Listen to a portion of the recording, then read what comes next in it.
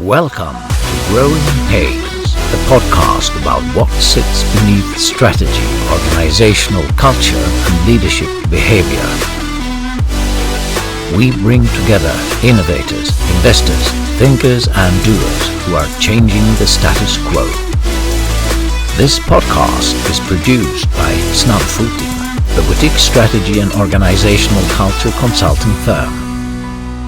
Visit us at snabbfoting.com. I have planned for the first time to go to Croatia. I love traveling. Yeah, me too. I'm a big long weekend person. So like when I moved here to Europe, everyone does these like 2 and 3 week vacations. They've always stressed me out. Like I'm like, I'll take a week or I'll do like a Friday, like in summer, I'll take a lot of Fridays and Mondays off and do long weekends. But I've never done like a 3 week vacation or even I don't even think I've done like a full 2 week vacation, but I need to. I've been preached to my European friends that you must do that because like the first week you're kind of decompressing. The second week you feel like you're finally on holiday, but the third week is like when you really are truly, relaxed. So I'm still getting there. 6 years, I'm still in my American mentality, so but I'm trying to acclimate. And we have normally 4 to 5 weeks holiday each year in Sweden. But from you now, many people, they are away like 6 to 10 weeks because they combine the holidays, the vacation with maternity leave. Oh, good for them. Yeah. Yeah, so it's a short window to meet people now because early in the June or mid-June they go for holidays and come back in August. Yeah. Did you ever see the meme? It's the difference of away messages between Americans and Europeans. It's like the Europeans basically, it's like you email them and you get the automated message and it's like, oh, I'm sorry. It's August and I will be back in October. Good luck. And Americans, it's like, I'm currently in surgery right now, but if you need anything, my wife has my phone. You can call her and I'll be back in an hour. No problem. Absolutely. It's different mindset. It is. It's better here. It's better. That is no doubt. And the reflection back to you when you say 1 week vacation. I love the weekends, go for short weekends, but I also love to be away like 4, 5, 6 weeks in the same. So I leave in the Christmas time and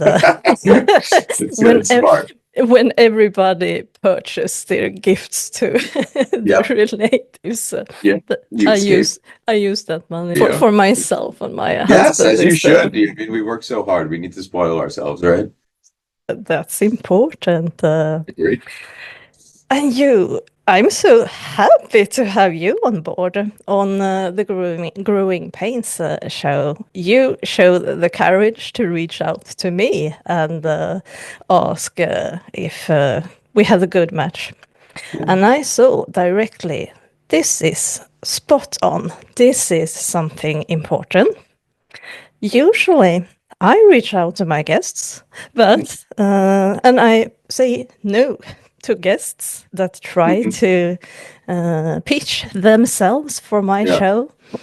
But it's so important what you do. I always excited to do and learn a lot of things with the stock picking for 30 years.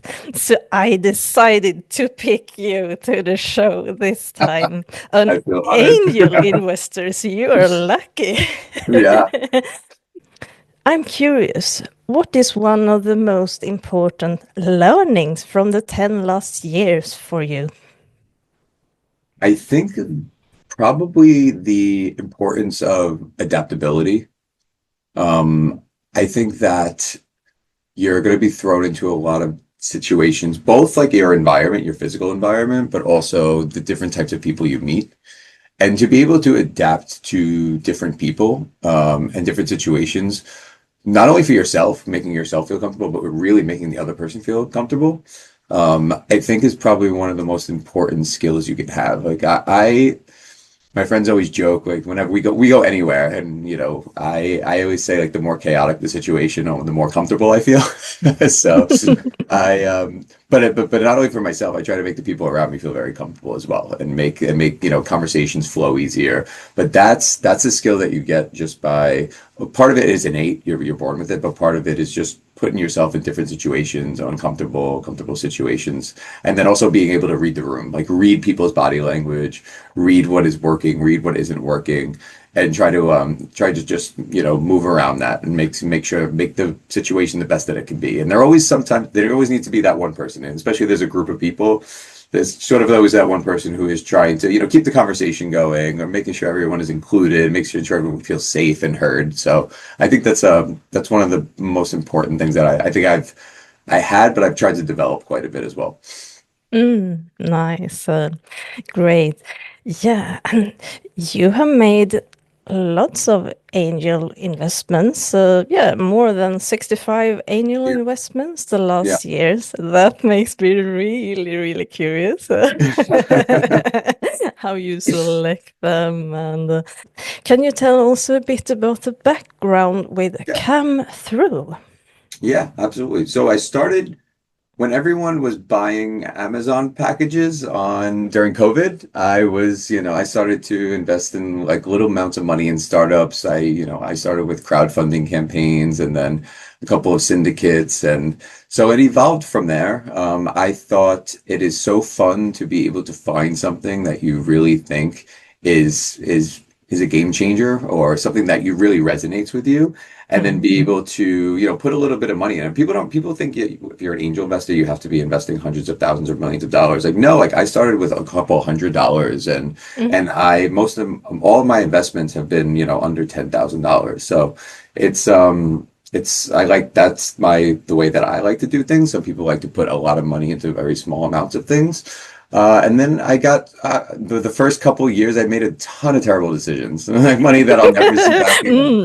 Oh yes, I saved absolutely. that. Yeah, absolutely. We all do it. But then like you learn, and then you learn like what is a good gimmick, what is a good I got suckered into a lot of great marketing videos that, never went anywhere. But then you learn to really research the person behind it. If they're if they're a second time founder, if they've had exits before, if they're a part-time founder versus a full-time, and if what they're saying is really true, and who else is investing in them. That's also really important. So these are all lessons that you learn throughout the years. But then I realized when I started my startup through is that there's so much focus on fundraising, so much on it from both the investor side as well as the founder side and startups, that once the check clears, everyone's kind of left to their own devices, like it's like, okay, well, you're given the money, now go. And then that leads to what, 90% failure rates for startups. Yeah. So I think that there's more attention paid to what happens after the check clears, and how investors and founders can interact better to support the founder. I think that will make a difference, maybe a small difference, but nonetheless a difference, because the most powerful thing in business is aligned incentives, and you have two parties with aligned incentives here. So you have one party that if they succeed, the other party makes money. Well, they both make money, and what I've found that talking to founders and investors is the most common thread that I saw, which was mind blowing, is that founders say, yeah, I need help. I know I have value add investors, but I don't want to bother my investors, and then on the investors, they say, yes, I would love to help my founders more. I'd love to, be more involved if they need it, but I don't want to bother my founders. So it's like all these people are so worried about bothering each other. Nobody's talking to anybody. So it's crazy. And I think we can't guess if we need help. We need to ask for help, because both parties, we can't do second guessing. What do they need? How can I help? Just ask. What's the worst case of ask? It is a no, or Yeah. I can't help. I'm not the right person. But then maybe I can refer to another person Somebody. instead. Yeah. You have a network. And that's also with angel investment or investors. Yeah. They have a network with contacts, etc. And it's really interesting when you said you can start with small money as an angel investor as well, because I think the definition of angel investor, many here in Sweden, I think, or myself think, it's quite much money. You need to have a lot of money to be an angel investor. But sometimes if you are a startup, you can integrate other people, like an advisory board, for example, as well. So you don't always need a lot of money to help startups. This is very true. Then this is something that it's a misconception around a lot of people. So I think there's a big push over the years to democratize investing, to make it more available to the retail investor. I think that AI will help that a lot. You're going to see this more because there's a lot of friction. There still is, but more so in Europe. It's better in the US in terms of how retail investors can invest, but invest in private companies, I should say. Yeah. But I think AI will remove a lot of this friction and allow more power to the retail investor and more power to the everyday user who wants to, get involved. It's a shame that you see these massive private companies. You see the OpenAI, Anthropic, SpaceX. These are huge companies that are going to change the world, and they're going to be the most valuable companies in the entire world. And only 2% of the population has access to them. And that's really not fair. And I think a lot of people agree with that. So I think this big push towards, allowing more people into these is going to make, it's just going to make people see these companies better and also see the direction of the world get a little better, because right now people just feel like they're not even in the game, and they're so far removed from it. So I hope that continues to go in that direction. But why do you think it is barriers for people? You said only 2% of people have access. That's a really small portion. And I also know we here in the Scandinavia, Nordics, we struggle. We see the AI train, but and also test a bit of it, but I think we still struggle to have real value from AI. It's an exploration, but not everybody is on the train yet. It's still, we Very need small to. amount of people are on the train. That's the exciting part, is that so much is being done already with such a small amount of people actually using it. But from my side, the very small amount of people, even smaller amount of people are investing in it, and they're not able to see the upside. So I think if you are able to get people using it, more people using it, which I think that will be much easier. But if you're allowing more people to also benefit from it and financially, then that is when you'll start to change the narrative about AI, because right now you see, especially in the US, it's very negative, the sentiment. Eric Schmidt from Google, he was booed off stage at an event, which is when he was talking about AI, not booed off stage, but he was booed when he was talking about AI. And that was crazy because, these are college students that are graduating. These should be the most tech forward people out there. And they see AI negatively. There's a lot needs to be done.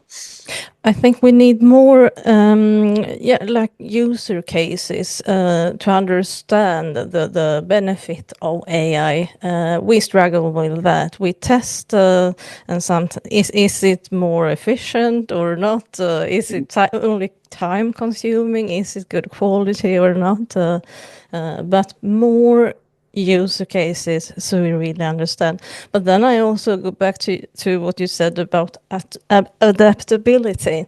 If the companies work with things that really solve their own problems, they can experiment and solve something that is valuable for their customers, then we can make measurements with great KPIs to see the value. Now it's more like play around. It's still that phase, and it's important to do the exploration and play around and see it's, yeah, you need also the learning to understand what it is and what it can bring to the company and the customers. It's really fun to explore and play around, but it's also very overwhelming because it changes so fast. Like I'm constantly listening to startup and tech podcasts, and it's like breakneck speed with the way that things are changing. So while I understand like the people who are very excited about it, like me, but I also understand it could be just wildly overwhelming to people because it just changes so much, and it's also a lot. You know, you put in a small prompt and you get back like all of this information sometimes, and you're just like, whoa, whoa, whoa, whoa, what do I do with all this?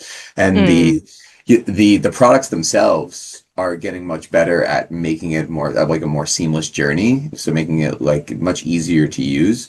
But I still think there's still an uphill battle in terms of like constant everyday usage from just the everyday person. Thank you, Yui. Now, yeah, you focus on a lot of what happens after the race when a founder get investments, and I also know some of them they are quite lonely. They need to ask for help, etc. Can we dig a bit? Can we dig deeper there? Please, please. Because you are so spot on. What happens after the race? I have seen lots of startups here in the Scandinavia. I have been in so many startup environments and see in digital startup hubs, and they achieve investments from investors, capital from investors.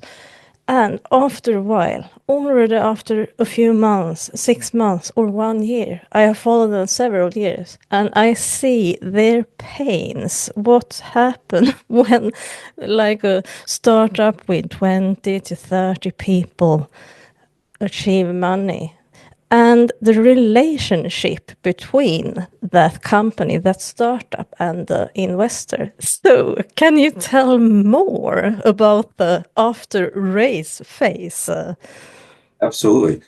One thing I've noticed, so I've spent the last year just focusing on this topic. I've talked to everybody about what their experience is, after they've raised money. And there's a couple of themes that happen. One, the raise itself is so stressful that once it's over, they want to be so far removed from it. They don't want to see their investors. They don't want to talk to anybody. They just want to go back to building their company. So they tend to like isolate themselves a bit. Where really they should be doing the opposite, because you've set a goal. Say you wanted to raise $1 million. You raise $1 million. Everybody's happy. You're happy. Your team's happy. The investors that support you are happy. So there's this wave of momentum, and momentum is so important in business. Momentum is so important in a lot of things, but that's when you really should be leaning in more to your network. But because like it's so stressful and you're so happy it's over, you tend to just move back. You shy away from it. So that's one thing that you see. The general theme of loneliness is something that I experienced just having my first business. I had a restaurant here in Amsterdam. And I remember I would get out of work because I was working full time, and then I would go to the restaurant and I would start working, and I would sit there with all these problems that I've never faced before. And I'm coming from a job that I've been at for 11 years where I can do, with my eyes closed. And then I would go into this restaurant and it would just be these funny little problems, but I was also a little brain dead from a 9-hour workday. And I would sit there and I would just sit there and I would bake in these problems, and it would stress me out, and I didn't know what to do. And I had all this support around me that I did not know how to grab. That's the way I like to put it. And yeah, and what I would do is I would just ignore it or retreat or do something else that I felt more comfortable with. And the business ended up failing, and I think that was a big part of it. But the takeaway from that was a lot of times I would be talking to a friend or a mentor about these problems I'm having, and they're like, well, why don't you reach out? Why don't you, I could have helped you with that. I'm an expert at that. And I'm like, yeah, but at the time, like you don't have a Rolodex in your head going, okay, who can help me with this? Who can help me with this? So what I'm trying to build is that Rolodex, is that to be able for you to search for something very specific that you need, but also the kind of our North Star is to have full integration into your company, like into your systems, and we could actually see in real time what problems you're having and try to surface, human support for you for someone that's in your network. So like that alone, knowing that you're supported will automatically make you feel less lonely. And then we want to take the extra step of, okay, we found somebody that will help you. And then we just set up the meeting. Like we have your calendar link, we have their calendar link, and we set up the meeting because, in my opinion, a 30-minute conversation with a person is better than 3 hours with a chatbot. I will always say that. Absolutely. Yeah. I will always say that. And then all of a sudden, like you feel supported by another person, and the bonds between you and that person are stronger because you've shown vulnerability to reach out. They've helped you. And then that just naturally makes your bond stronger. And then when you reach out again for support, and they're more likely to help you.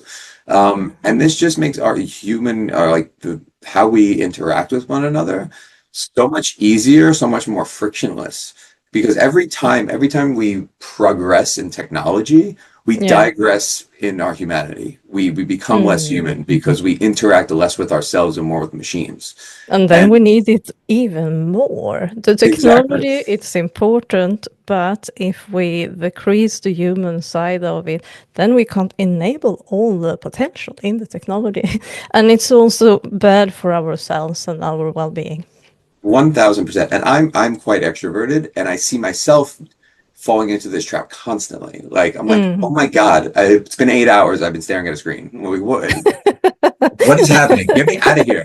So I can imagine for the introvert or the technical founder who is less likely to be more extroverted and really go out there. Like this is, I hope it will be really helpful for them. Because we're starting with investors and founders and startups because that makes the most sense. But eventually we want to expand that. We want to expand to the mentors and the advisors and maybe even your friends and family that you will that you see. But for now, like we're starting where it makes the most sense and where the incentives are aligned, and then we'll grow from there. I think it's built in ourselves. A default mode. We don't ask for we don't ask for help. It is like a blocker or a barrier to It's a skill. out. Yeah, it is a skill. You need to learn it. Maybe we need more stories and people speak more about this hear about their stories, what they can benefit from it. It is like you need to push yourself. As you mentioned, the introverts and extroverts, even if the extroverts, if you think it's a bit difficult to reach out and ask for help, it is absolutely even more difficult for the introverts. But I have some model when I work. We can set up like a buddy when we work or do projects, etc. In our educations here at Fearless Culture, and it's really good to have someone to speak about the project in the different modules in the education when we go through different quite difficult parts. So not be lonely with all the difficulties and share our thoughts, and also even develop better end products or end solutions in the end. Yeah, 2 points on that. If anything, I realize that I'm building this product for myself more than anybody else, and I think that's where some of the best products come from. It's trying to build a solution for your own struggles to get support. And then I would say on the communication piece, most people just want to be informed. So there is a big problem about not sending investor updates. Startups should be sending investor updates monthly, at least quarterly, definitely annually, but that's even a struggle. And still trying to figure out why that is. There's some that are so vigilant and so great about it, and some that just do not do it, and have a bit of mental block on there. But what I'm been talking to investors, including myself, is we just want to see something. We don't care if it's the worst news ever. You know, the last thing we want is to say, we invest in your company, you know, we know all we need to know to make the investment. And then a year later, the next thing we hear is it's closed. You're done. You failed. And there's no information in between there. Now, if every month we were getting an update and saying, okay, we're struggling with this, we're still struggling with this, we're still struggling with this, and then the company fails, at least we know it's coming. And even more importantly, maybe we could help, maybe we could reach out and help you. Somebody could reach out and help you. Because what you do see a lot of times when these startups and the founders reach out is everything's rosy, everything's going so well. Oh my God, it's the best. Like we don't have any problems. And everyone has problems. Everyone building a business has problems all the time. It's usually I'm a bit worried if everybody says everything is perfect. all the Then time. Yes. it's like, it smells something. We have something bad here. Yeah. Or if we don't see it now, maybe someone else. It's a blind spot. Something could be bad in the future. Well, I've seen this happen a bunch of times. Your last investor update, everything was perfect, but now you're out of business the next month. How does that doesn't happen usually? Yeah. There's usually like a process. It's not great done, you know? So that's also a skill is sending these updates, because these updates are also a way for you to reflect and a way for you to like sort of make a report card of your business. You know, and a lot of people don't do that. A lot of people are not very reflective. They just go, including myself. So if you have to sit down and explain to the people who've put money into your company about what is happening, it is a really good exercise. And if you can continue to do it, it gets easier. And with AI, it gets easier. Say if you're working on Claude or OpenAI all day, and all you have to do is, hey, write me a recap of what's happening in the last month. And it will probably do 90% of the work, and you have to add a couple of numbers in, you know, but making it easy. And what's good with the AI tools like Claude, OpenAI, then you can prompt and ask what's missing, what's different other perspectives, or so you can do really great prompts to separate your daily and your view from what's my blind spots. And a feature that we want to roll out is what we've heard from founders is they want to be able to communicate to different segments of their investors differently. So like what you're going to say to a VC is not exactly what you'll say to your retail investors. And maybe your angels is a little bit different as well. Yeah. So what we're gonna build is something that one can automate these updates, but also make them tailored to the audience. So you know your retail investors will get one, your VCs will get one, your angels will get one, if that's what the founder wants. You know, but that's something that we've consistently seen. And then once we are able to do this 1 or 2 or 3 times, by the 3rd time, all we need to do is just add a couple numbers in, and that's easy. So making this more automated, making this easier for the founder or whoever's sending out the monthly or the investor updates in general. This is a big operational burden that we could hopefully remove from them, and then it makes the investors happier, and then everyone's happier. And then the platforms, especially this is a huge problem for the crowdfunding platforms. I was talking to WeFunder yesterday. There's a company here, iVestor, in the Netherlands, which is a big crowdfunding platform, and they have a huge problem with this because, and no matter what they do, it's really hard to continue to get the founders to do this. So I'm hoping that whatever solution we come up with will increase this, and then hopefully make the whole ecosystem just a lot happier. Nice. Your product, is it global or for a specific market? So right now we're rolling out our beta. We'll have companies right now in the US and in the Netherlands so far, and the UK.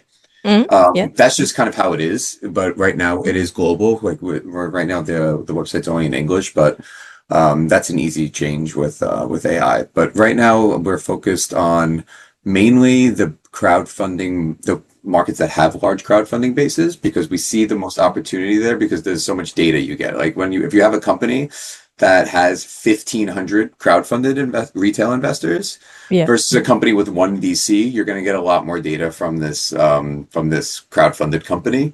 That because there's just so many people on there. Now, the ideal company structure would be the messier, the better. Like the bigger your cap table, the more chaotic, the better, which fits my life. So the more chaotic, the better. So it's all about. So if you have like 5 VCs, 2,000 retail investors, 5 angels, a syndicate or two, that's really what we want to really train on. Is you upload that, and we really see what we could do with that. So that's what I've been looking for. And what size of for the startup, the companies do have like 5 VCs and the 5 angel investors? What is the ideal customer profile for you? Yeah, the ideal customer profile is really anyone with 10 or more investors. That's how because after 10 investors, it's hard for you to like use that mental Rolodex. Like so it starts to get a little fuzzy. The size of the startup, it doesn't matter, but an amount. No, it's more about the investor makeup. Yeah, the investor makeup. So we're saying if you have 10 or more lines on your cap table, that's usually where we target. Is it something that surprised you after raising when you work with companies? Surprised me working with them.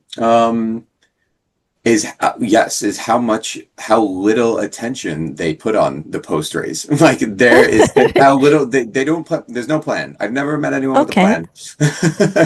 They are maybe that's startup life. Yeah, that is startup life. Chaotic and raise the money. Go. Yes, raise the money, have the money, build, and then which makes sense. But also how surprised people are when I tell them that their investors could be a source of support and growth. I think the mentality is that these are walking bags of money, and they're human beings, they're human beings with a vested interest in you and your company. So they're not just like walking, money signs, like walking down the street. That's what I picture. So I was speaking to a founder. He has 4,000 retail investors, and I was asking him, I was like, have you ever thought about them as a source to run a referral program, get more reviews on the products? How many of your investors are customers? No idea. So these are unlocks that I swear just about every founder I talk to, it's like a light bulb moment. They're like, oh yeah, that's actually a good idea. That is something. Yeah, this is a channel. This is a channel that I should optimize. Now the problem that they have is that it's hard to prioritize this because it's a small channel and you have to think big, right? So a lot of the feedback that we get is that this has to be easy. Like I will use your product, but it has to be easy. So ease of use is top of mind. Everything we do is like, we wanted to make it as frictionless as possible. That's why the goal, what we're going to move for, like we're building a platform now, but I really want to move towards kind of an anti-platform where you just work with us, you work with our product and wherever you want. So you want to use us in Slack, use us in Slack. You want to use us in WhatsApp, use us in WhatsApp. You just tag us and say, hey, I need a connection to XYZ, or I need help with this. And we do the search, and then we figure out if there's somebody that's in your network that can help you. We draft the outreach for you, and then we track to see if that leads to a business outcome. Because that's really, really important for us, is that we don't want to just have these vanity metrics like, oh, we made 100 connections for you. Like, but those connections, do those do anything, or do they just waste your time? Because that's not useful if we're connecting you with somebody who wasn't helpful in the end. And that's going to happen. That's just natural. But if we are connecting you with somebody and they are able to, introduce you to someone who brought in money, brought in a hire for you, a strategic hire, who did something really tangible for your business, that is how we are gauging success. I'm curious, success, is it a difference between have startups and the investors see on success? Is it like gap there? And There how could do be. you solve it? There definitely could be. There are investors with opinions. Yeah, There are founders with opinions. And yeah, sometimes those opinions do not align. agree and align. Yeah, you need to agree on a certain, but it's also it there was traditional VCs like up until I don't know how many years ago, but there was a shift. Traditional VCs were adverse to the founders. This has changed a lot recently, Mm-hmm. where the whole movement has become more founder first. Like the founder, you support the founder, you give advice, but you are not in control, nor should you be, you know? And that's why, you are a stakeholder in the company, but you do not run the company. You are here to support, and that support should be more reactive too, like if somebody asks you for support, you give it. Um, you don't go in there. You can obviously everyone has an opinion. You go in your opinion. The founder should hear you out, but then he should take that information in and make a decision. We will run into situations where an investor thinks they know best and they think they're smarter than the founder. And that's just the nature of things, and Yeah. and you hope, and that's also another important part about when a founder is trying to find the right investors. Sometimes they need to just take the money, but really you should be looking at the thesis of the investment firm and how they invest and how involved they want to be. Are they value add? Are they passive? They just want to give you money and move along.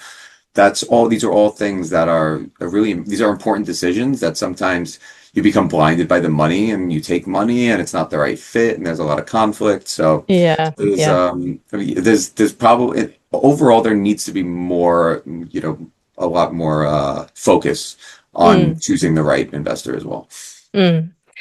And as a follow-up here, is it some sort of assumptions that founders make about investors that get in their way? Is there assumptions that founders make about investors? Yeah, that get in the founder's way. Yeah, I think if you allow too many cooks in the kitchen, that kind of thing, Yeah. it's not good. It's never good. Yeah. So I think if you'll have your team, you have your team. Like Yeah. that's Yeah. that's the core. And then you'll have mentors and advisors, and some of them may be investors as well. And these are the people that you listen to. And then you have external sources, you have friends, you have family, you have your investors that maybe are not mentors or advisors. And how much information you want to take in is completely up to you. Some people like to take in a lot of information. Some people like to make their circle very small and just you will get unsolicited advice all the time.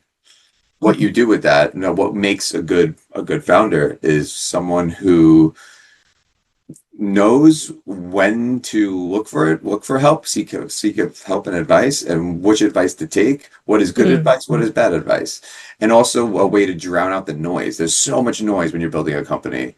So being able to, sometimes have tunnel vision and then sometimes be broad, sometimes be narrow. Like these are all skills that you develop, and advice and what advice to take and when to seek advice. That's a big part of it.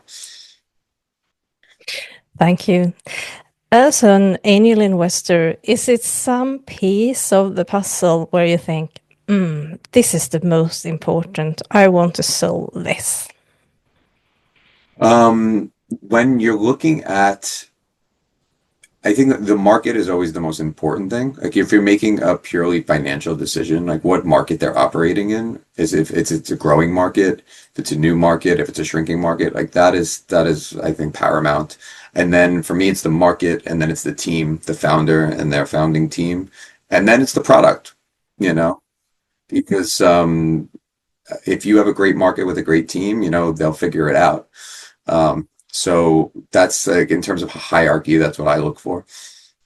To run a startup and also work together with investors, you need to take care of your well-being to make the good results in the end.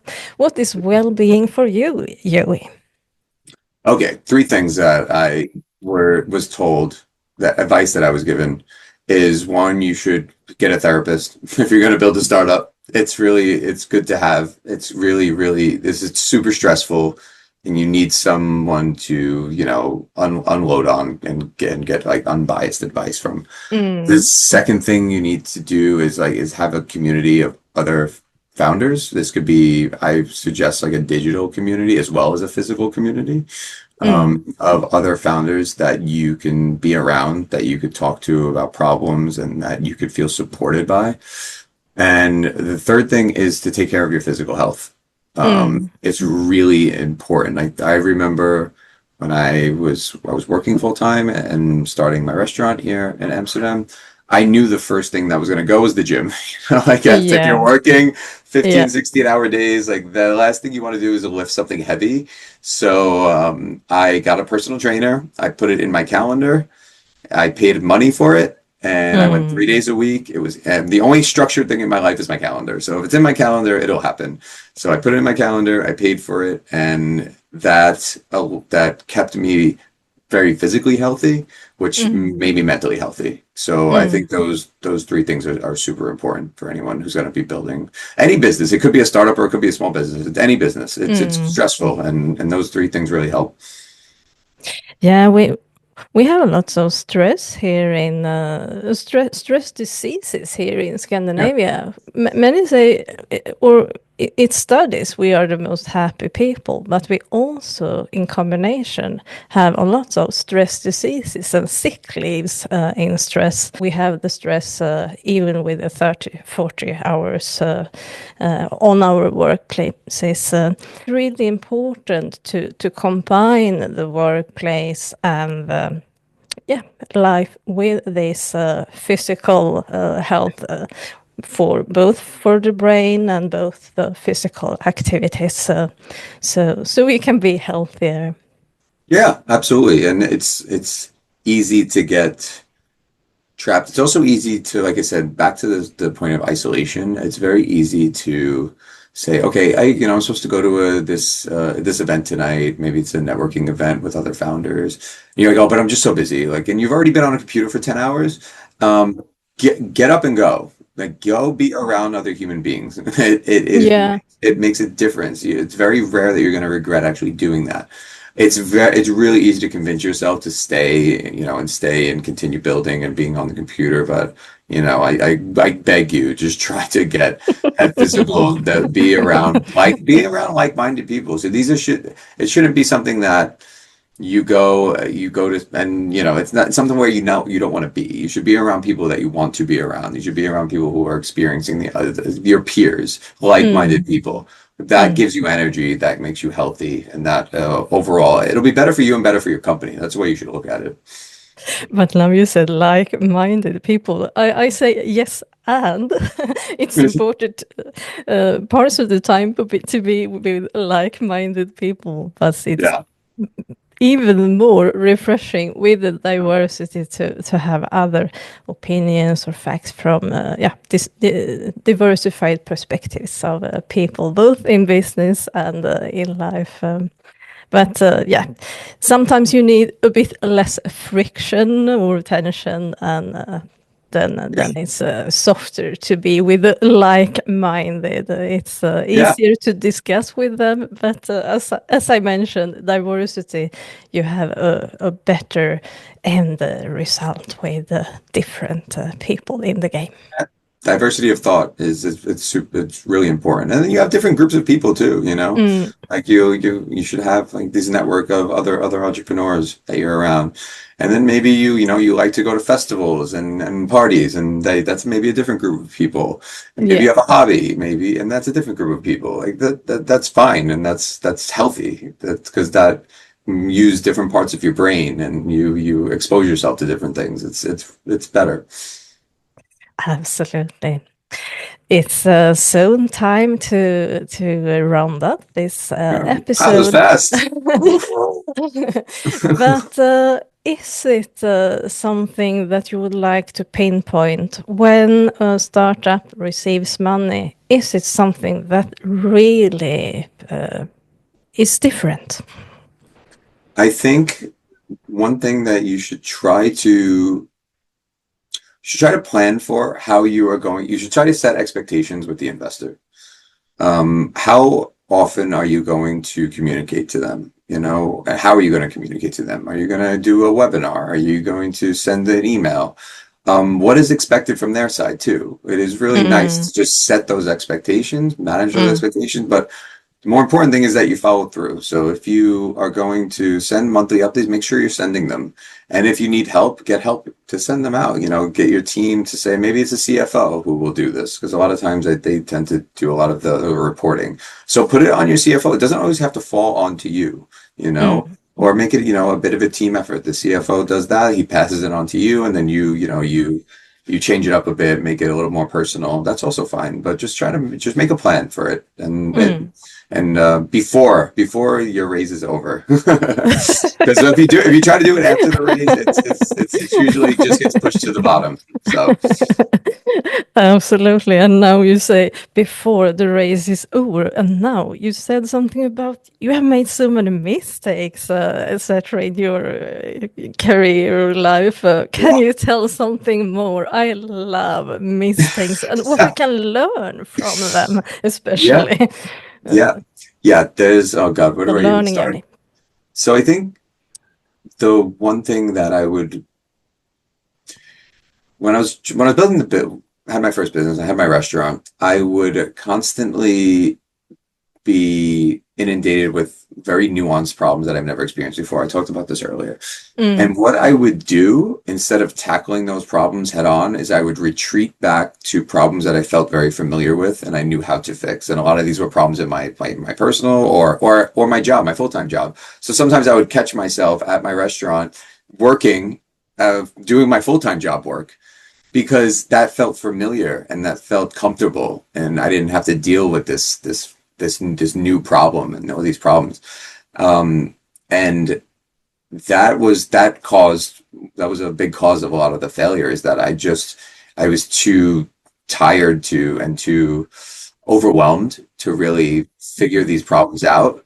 What I should have done is get help from people around me who were in this space and who offered their help, and try to tackle these things head on and not procrastinate. So I think if you're starting a business while working full time, which a lot of people will start doing now because it's getting easier and easier to start a business, try to catch yourself doing that, because it's very easy to do. Like, it's because when new things are scary and they're unfamiliar, and you revert back to what's comfortable and what you know, and that will be your downfall. So try not to do that, and and reach out, get help, find people who are willing to help, expand your network, and try to optimize your network. And like, if we could help at Thru, this is what we do. We're doing network optimization, network activation.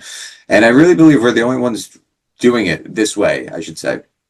So if you're starting a business and you're going to have investors and you want to understand how to leverage those relationships in the best way, then we're here to help. Wonderful, Yui, because that's so what you have experienced earlier and also other problems now. That's beautiful. I love that. Close the circle. Close the circle. I love that. And is it something you wished founders or boards talk about earlier? Yeah, I think earlier, I would say I wish that they were more aware of what their actual network is, like who is in their inner circle, who's in their outer circle, and where do they get a lot of this, where a lot of the inbound is coming from. And like what we spoke about earlier, like what is good feedback, what is bad feedback, what is good advice, what is bad advice. Like, try to determine and try to set the expectations with those people too. Like, hey, listen, you're an advisor. I'd like to speak every 2 weeks. Make sure you're also optimizing the time with these people. This is another thing that we'll eventually try to tackle, is if we are able to set up a call, say you need some help with something, and we set up a call with one of your investors who's willing to help, make sure that you're maximizing the time with them. So really ensure you're asking the right questions. I think that's probably something that founders our struggle with the most is that you get in front of the right people, but you ask the wrong questions.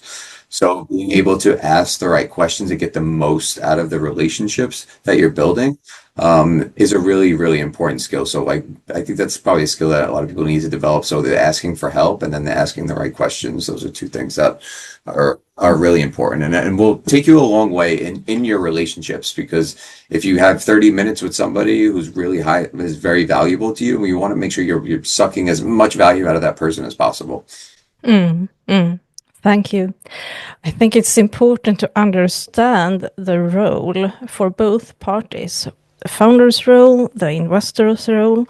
I have looked at some pitch events at last, and the investors in these events, they were quite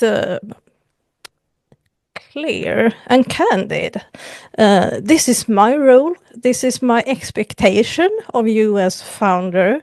And my experience from this was the founders don't always understand the role of the investor. If they meet, it is a misalignment. Why are they there? They can have, as you said, a 30-minute meeting, a good meeting. But if the investor should spend 30 minutes, it's also, I'm not your therapist. I'm here to invest money and have a cashback on that return on investment. So clear expectations. Why are we here? What can we gain from this? Benefit together. Clarity is great. Clarity is always good. I think we need more clarity in life, if anything. There's nothing that could be harmed with more clarity, you know? Yeah, I work with clarity. I love to make things more clear. Yeah. Yeah, that's great. Do you read something or listen to something for the moment? I found this. I haven't started yet. Can you see? The Compounders. No, I haven't read that yet. It was something, trees. Now we have a lot of listeners that listen on the audio podcast, but it is it is like a forest with trees and a growth diagram. So the compounders, from small acquisitions to giant shareholder returns. I love to read books real books that I can have in my hand, but I also listen to a lot of audiobooks. What do you prefer? Books or podcasts? Do you have something for the listeners?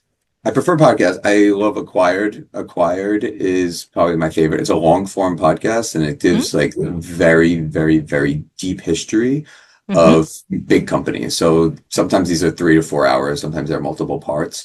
But they go into like something like Google or Microsoft, and they will talk about in very great detail about the building of the company, the lessons learned, why they were successful. They focus on the founder and the leadership, and it is so well done.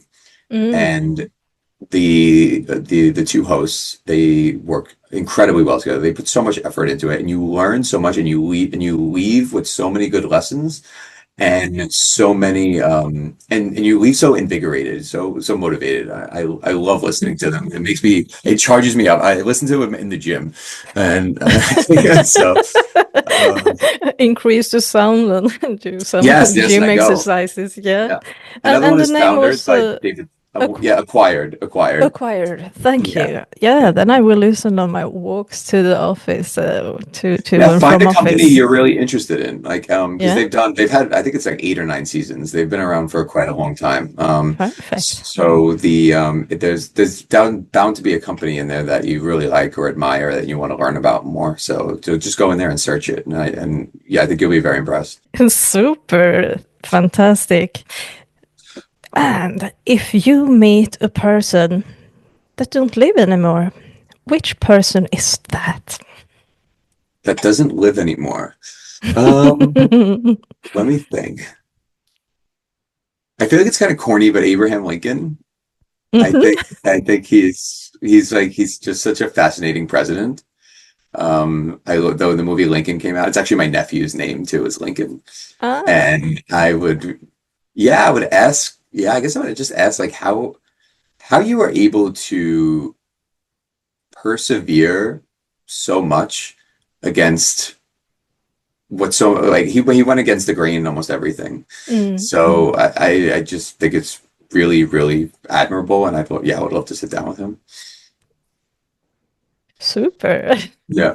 And a guest for the show. We know you have you showed courage and reached out to me, but do you have someone you want to have on the Growing Pains show?